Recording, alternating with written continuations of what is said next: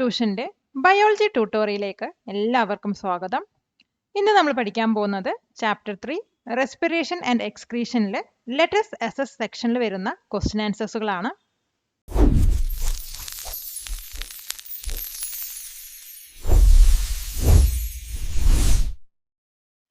Question: Which among the following is not a characteristics of an efficient gaseous exchange surface?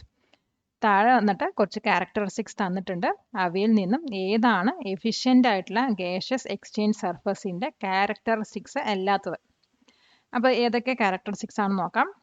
ആദ്യത്തെ വരുന്നത് തിക്ക് cell wall ആണ്. രണ്ടാമത്തെ proximity to blood capillaries. മൂന്നാമത്തെ moist membrane. നാലാമത്തെ large surface area.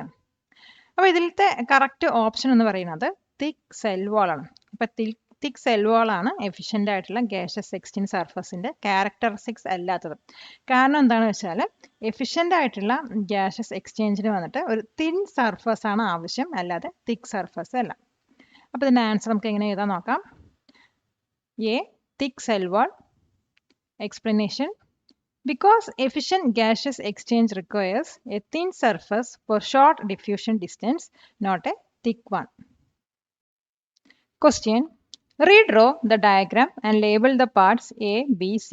ഇപ്പോൾ താഴെ നമുക്കൊരു ഡയഗ്രാം തന്നിട്ടുണ്ട്. അപ്പോൾ അതിൽ എ ബി സി വരുന്ന പാർട്സ് ലേബിൾ ചെയ്തിട്ട് റീഡ്രോ ചെയ്യാനാണ് പറഞ്ഞിരിക്കുന്നത്.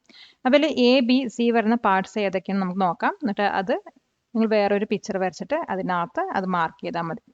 അതുപോലെ എ പറയുന്നത് ട്രക്കിയാണ്, അതുപോലെ ബി പറയുന്നത് ലെങ്സ് ആണ്, സി പറയുന്നത് ഡയഫ്രം ആണ്. അപ്പോൾ നോക്കാം. ഇപ്പോൾ A trachea, B lengths, C diaphragm. അപ്പോൾ നിങ്ങൾ ഇതുപോലത്തെ ഒരു പിക്ചർ വരച്ചിട്ട് അതിനകത്ത് എയും ബിയും സിയും ഏതൊക്കെയാണെന്ന് മാർക്ക് ചെയ്താൽ മതി. കൊടുക്കുന്നതോറും ഏറിടും വിദ്യ തന്നെ മഹാധനം. ഈ വീഡിയോ ഉപകാരപ്പെട്ടുവെങ്കിൽ ലൈക്ക് ചെയ്യൂ, ഷെയർ ചെയ്യൂ. Question: Write the role of plasma, RBC, hemoglobin and tissue fluid in the exchange of gases. Exchange of gasesൽ പ്ലാസ്മയുടെയും ആർ ബി സിയുടെയും ഹീമോഗ്ലോബിൻ്റെയും ടിഷ്യൂ ഫ്ലൂയിഡിൻ്റെയും റോള് എന്തൊക്കെയാണ്? ഇപ്പോൾ പ്ലാസ്മ വന്നിട്ട് ഒരു ചെറിയ എമൗണ്ട് ഓഫ് ഓക്സിജനെയും അതേസമയം 7% ഓഫ് കാർബൺ ഡൈ ഓക്സൈഡിനെയും ട്രാൻസ്പോർട്ടിന് വേണ്ടി ഡിസോൾവ് ചെയ്യുന്നു. ആർ ബി സി വന്നിട്ട്, അതായത് റെഡ് ബ്ലഡ് സെൽ വന്നിട്ട് ഓക്സിജൻ ക്യാരി ചെയ്യുന്നു, അതോടൊപ്പം തന്നെ കാർബൺ ഡൈ ഓക്സൈഡിൻ്റെ ട്രാൻസ്പോർട്ടിനും ഇത് ഹെൽപ്പ് ചെയ്യുന്നുണ്ട്. പിന്നെ വരുന്നത് ഹീമോഗ്ലോബിൻ ആണ്. ഹീമോഗ്ലോബിൻ വന്നിട്ട് ഓക്സിജൻ ബൈൻഡ് ചെയ്തിട്ട് ഓക്സി ഹീമോഗ്ലോബിൻ ആയിട്ട് ഫോം ചെയ്യുന്നു.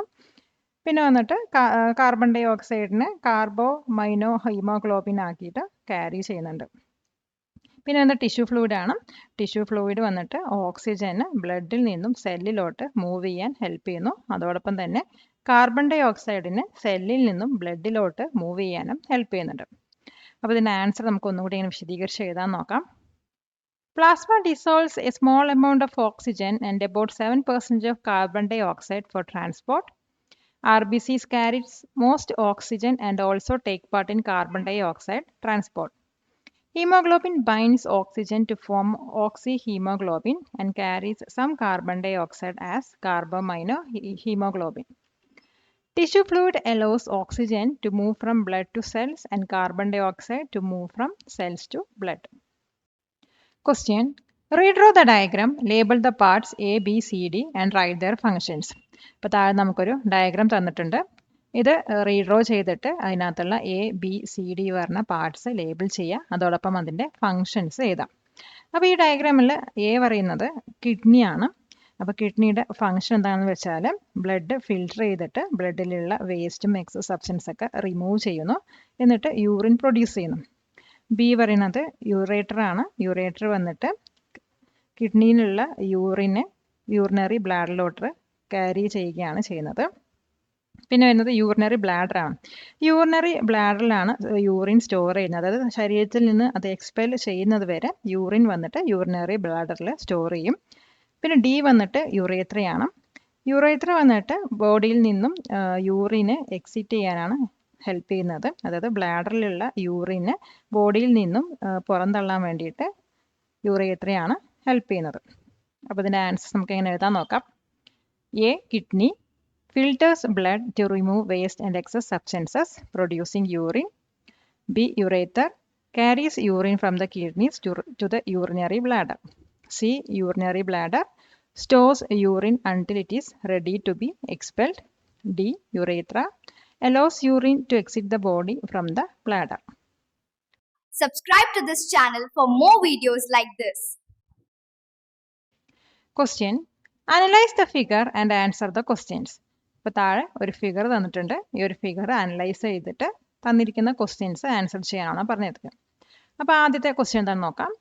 Right the names of the circulation X and Y. ഇപ്പോൾ ഫിഗറിൽ തന്നിരിക്കുന്ന എക്സ് വൈ സർക്കുലേഷൻ്റെ നെയിം എഴുതാനാണ് പറയുന്നത്. ഇവിടെ എക്സ് പറയുന്നത് പൾമിനറി സർക്കുലേഷൻ ആണ്, വൈ പറയുന്നത് സിസ്റ്റമിക് സർക്കുലേഷൻ ആണ്. അപ്പോൾ ഇതിൻ്റെ ആൻസർ എങ്ങനെ എഴുതാൻ നോക്കാം. X pulmonary circulation, Y systemic circulation. Next question എന്താണെന്ന് നോക്കാം.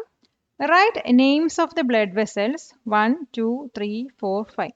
അപ്പോൾ ഇവിടെ തന്നിരിക്കുന്ന 1, 2, 3, 4, 5ൻ്റെ ബ്ലഡ് വെസൽസിൻ്റെ നെയിം എഴുതാനാണ് പറഞ്ഞിരിക്കുന്നത്.